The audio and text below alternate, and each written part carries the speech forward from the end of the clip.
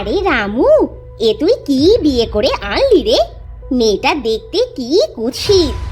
এই দেখ দেখ তোরা, সারা গায়ে কেমন চকরা পকরা। এত মেয়ে দেখে দেখে তোর এই মেয়েকে শেষে পছন্দ হলো? এই জন্য কথায় বলে যে কোনো জিনিস বেশি দেখতে নেই, চোখের নজর সরে যায়। এই তোরা সব বাড়ি যা এখন। সবাই বউ দেখতে এসেছিস নাকি নিন্দে করতে এসেছিস? আমাদের পছন্দ হয়েছে তাই নিয়ে এসেছি। বাবা রে বাবা, কি কথা! এই চল সবাই তোরা বাড়ি চল। তোদের এমন কুৎসিত বউ না দেখলে যেন আমাদের পেটের ভাত হজম হবে না।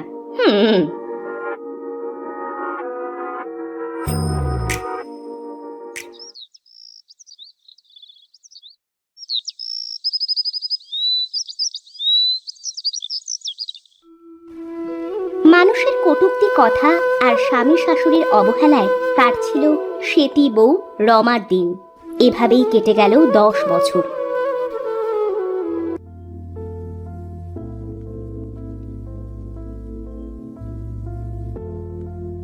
নাও তোমরা খেয়ে নাও, আজ রাতে বেশ দেরি হয়ে গেল।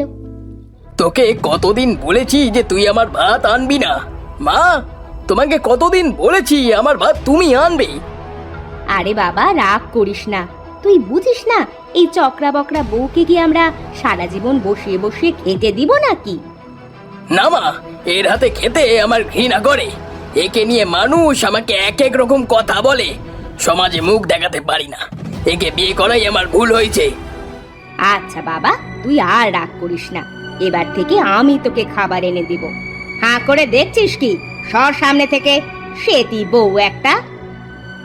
তোমরা সবাই আমাকে ঘৃণা করো, আমার কি দোষ বলো তো? জানোই তো সেতি মানুষ দেখলে মানুষ এক এক রকম কথা বলে, তখন আমাকে কেন বউ করে এনেছিলে তোমরা? এটাই তো আমার ভুল ছিল, তোর মতো একটা সেতি মেয়েকে বিয়ে করা। আমার মায়ের জন্যই তোকে বিয়ে করতে হয়েছে, নাহলে তোর মতো মেয়েকে কে বিয়ে করে? আরে বুদ্ধু, এবার দিচ্ছিস আমার দোষ। একে যদি বিয়ে না করতিস তাহলে কি যৌতুক হিসাবে এত কিছু পেতিস? আর আমাদের সংসারটা কি এমন সচ্ছল হতো?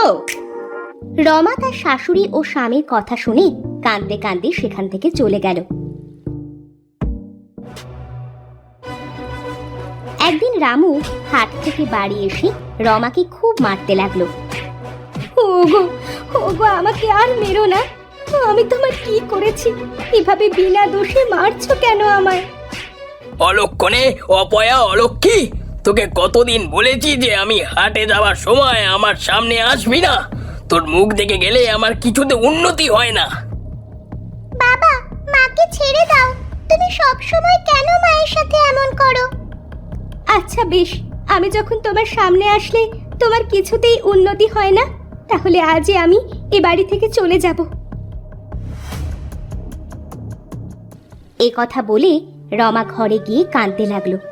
কিছুক্ষণ পরে তার মেয়ে এসে তাকে জড়িয়ে ধরে বলল, মা, আমাকে আজকে একটা কথা বলো তো, কেন তোমার গায়ে এমন চকরা পকরা?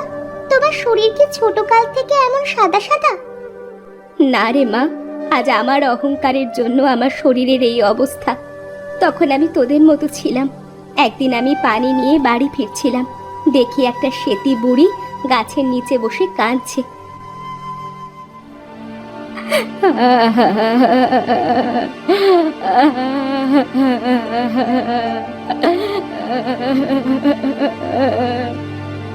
ও মা, কি বিশ্রী দেখতে! এই বুড়িটা এখানে বসে এইভাবে ভ্যাঁ ভ্যাঁ করছে কেন?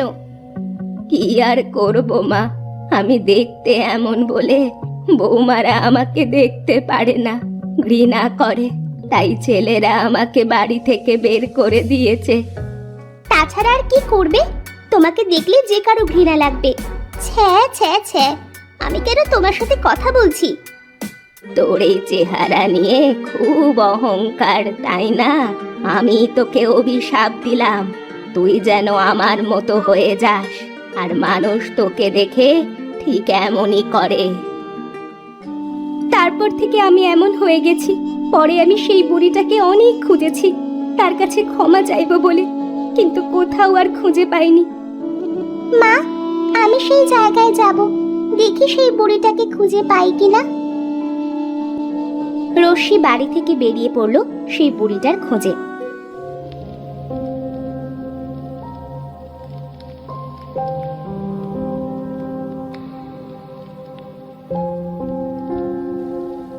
যেতে যেতে তার মায়ের কথা অনুসারে সেই গাছের কাছে একটা সেতী বুড়িকে দেখতে পেল।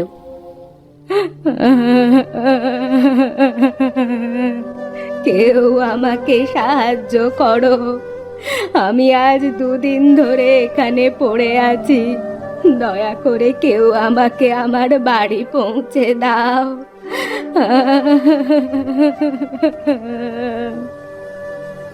কি হয়েছে বুড়িমা তোমার? তুমি এখানে একা একা বসে কাঁদছো কেন? আর বলিস না মা, আজ 2 দিন ধরে খেতে না পেয়ে গায়ে কোনো বল পাচ্ছি না, তাই এখানেই পড়ে আছি। তুমি এখানে বসো বুড়িমা, আমি তোমার জন্য ওই গাছ থেকে পাকা আম পেড়ে আনছি।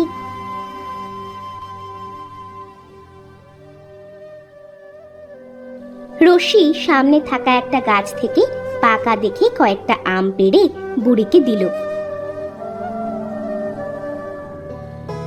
বুড়ি আম খেয়ে রশিকে বলল, ধন্যবাদ মা তোকে, তুই আমার খুব উপকার করলি। বুড়িমা চলো, তোমাকে তোমার বাড়ি পৌঁছে দিয়ে আসি।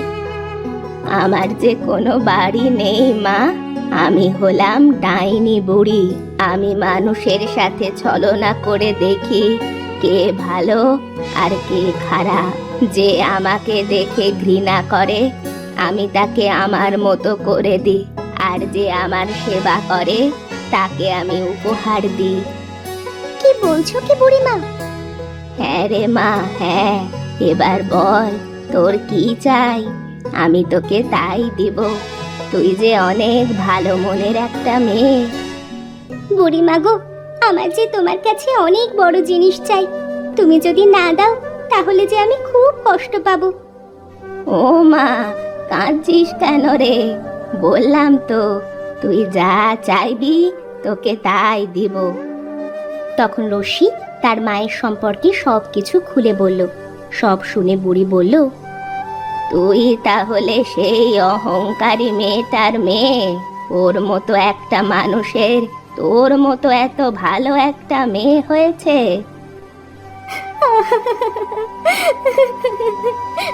বুড়িমা, আমার মা তার নিজের ভুল বুঝতে পেরেছে। কাঁদিস না মা, কাঁদিস না, আমি তোকে অবশ্যই সাহায্য করব। এই নে, এই জাদুকরি জলে তোর মাকে গিয়ে গোসল করিয়ে দিস, দেখবি তোর মায়ের চেহারা আগের মতোই ভালো হয়ে যাবে। ধন্যবাদ বুড়িমা, আমি এক্ষুনি গিয়ে আমার মাকে এই জাদুকরি জল দিয়ে গোসল করিয়ে দেব। রশি ডাইনি বুড়ির কাছ থেকে বিদায় নিয়ে বাড়ি ফিরে এলো। বাড়ি ফিরে তার মায়ের হাতে জাদুকরি জল দিয়ে সবকিছু খুলে বলল, তুই যে আমার মেয়ে, এটা যে আমার ভাবতেও ভালো লাগছে মা।